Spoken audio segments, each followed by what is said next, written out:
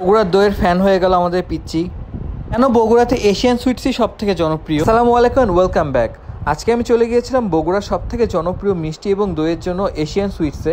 আর যারা বগুড়া থেকে আমার ভিডিওটি দেখছেন তারা অবশ্যই আমাকে কমেন্টে জানাবেন বগুড়া শহরের এশিয়ান সুইটস আসলে কি খুব জনপ্রিয় নাকি নামেই, সবকিছু আমি আজকে রিভিউ শেয়ার করবো যে আসলে কি তাদের দইটি খুব বেশি ভালো এশিয়ান সুইটসের। তাদের দইয়ের এতটাই ডিমান্ড বেশি, তো দই তো শেষের দিক প্রায় ছিল জাস্ট 4-5টা সরা ছিল দইয়ের, তো আমরা লাকিলি পেয়ে গেছিলাম। আমরা নিয়ে নিচ্ছি আমাদের ফ্রেন্ডরা সব একটা একটা করে। তো এটার প্রাইস ছিল 300 টাকা, এটা ছিল 600 গ্রাম এই দইটি।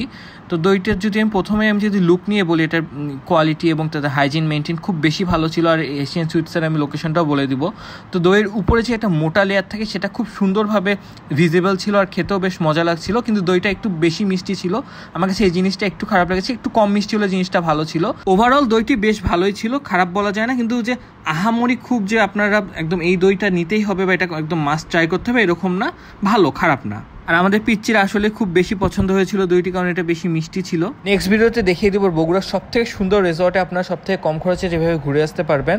আর বগুড়ার এশিয়ান সুইটসের লোকেশন খুবই ইজি। বগুড়া বিমান চত্বর থেকে 10 টাকা 7 মাথা অটো নিলে আপনারা পেয়ে যাবেন। নিয়ে আরো নতুন নতুন ভ্লগ আসবে। তো সবাইকে অনেক অনেক ধন্যবাদ। ভিডিওটি আজকে এখানেই শেষ করছি।